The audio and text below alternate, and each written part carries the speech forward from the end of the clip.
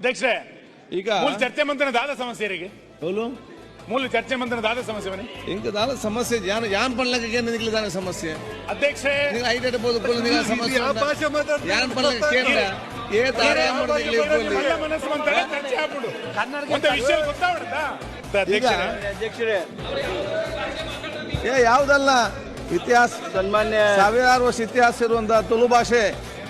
ಅದ ಸಂಸ್ಕೃತಿ ಪರಂಪರೆ ಕೇಳಿದ್ರೆ ಅರ್ಥ ಮಾಡಿದ್ರೆ ನೀವು ಕೂಡ ಕಲಿತೀವಿ ಉಳುವನಾಡಿದ ಸಿರಿ ಚಾವಡಿ ಒಲಿ ಮಡಲ